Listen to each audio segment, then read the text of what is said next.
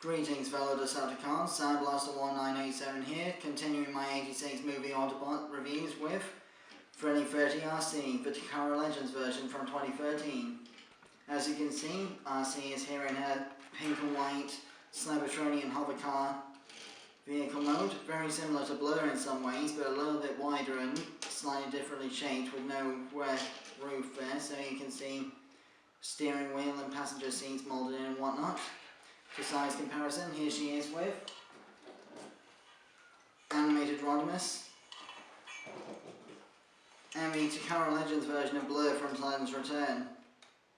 Titan's Return Blurr was also retooled into Arcee for a Hasbro Pulse exclusive in the Power of the Primes era.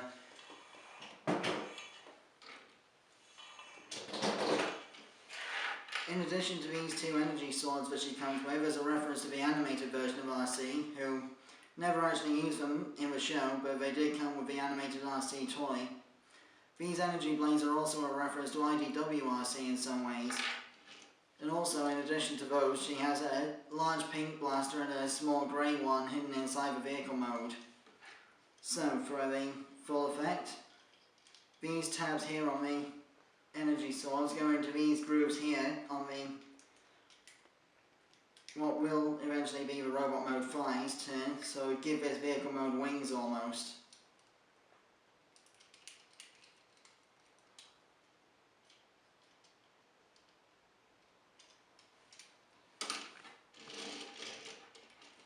For those who don't know, in the IDW G1 comics, Arcee was actually Galvatron's sister from another timeline.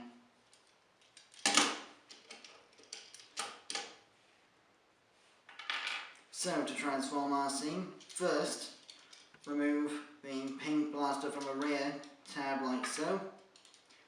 Then remove Arcee's hands from the grey blaster to disengage that from the system. I must point out at this moment that I've sadly broken off the right thumb of Arcee's robot mode. I've since glued it back on, but, you know, being extremely careful with how thin and fragile these parts are. So just pull out the grey blaster like so. There's a lot of joint tolerance and parts clearance issues on figures like this, so mileage may vary with transformation quality and such like. So to transform Arcee, first disengage the robot mode legs from the side of the car like so. Then disconnect this back piece here. Then come to the robot mode thighs and rotate them like so. And double hinge them down into position. Flip up the feet.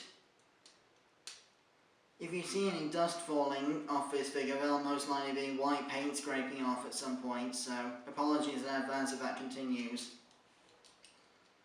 Then what you want to do is fold out the robot abdomen onto this piece here.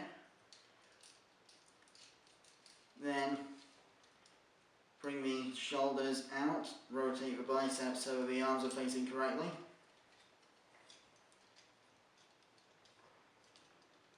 Make sure that the robot mode hips are in this configuration, straightened out like so. Then fold this panel in on itself.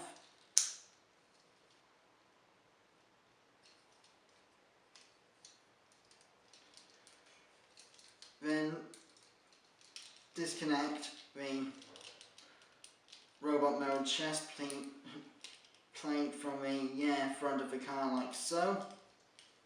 And disconnect the front of the car from the driver controls and double hinge all that into place.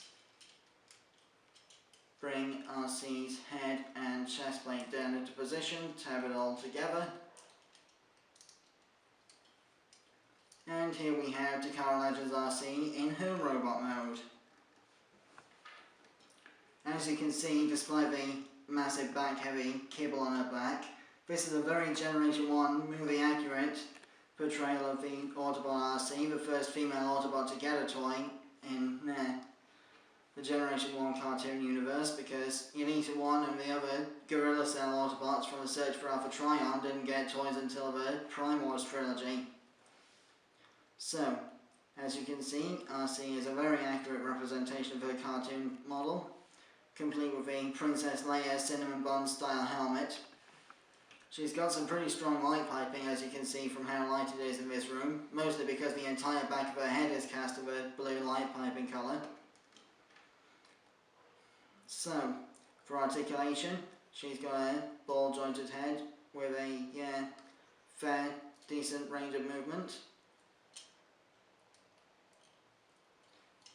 Then she's also got ball joints of the shoulders, bicep swivel, ratcheted elbows, which is pretty weird for arms this thin. She's got actually she's got no wrist swivel because of the way that the arms have been designed, so don't try to twist her wrist or you'll break her arm off, and you don't want that to happen, trust me.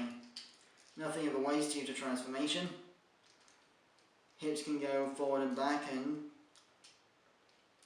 in and out, and there's also some double hinges for transformation that may help with some poses. She's got a thigh swivel just above the knee, and very deep, almost double knee bend. No ankle tilt, but the ankle does rock back and forth for transformation, so you can get her in some interesting poses with that if you can balance the backpack.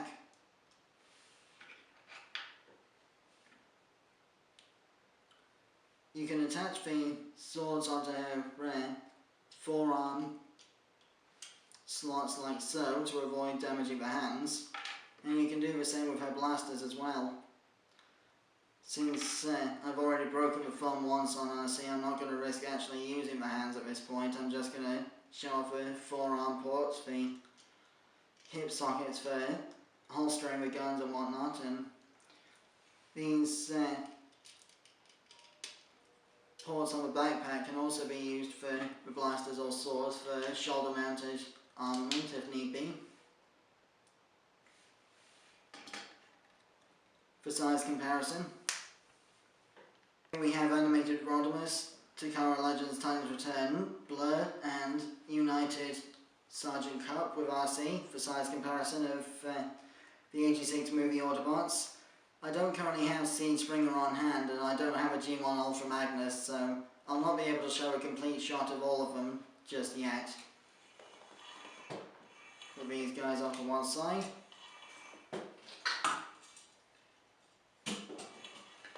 So that more or less concludes my review of Generations Thrilling 13 Takara Legends Arcee. I have been Soundblaster1987. Join me next time when I review the Go Say Great Megazord from Power Rangers Megaforce. Till then, till all are one.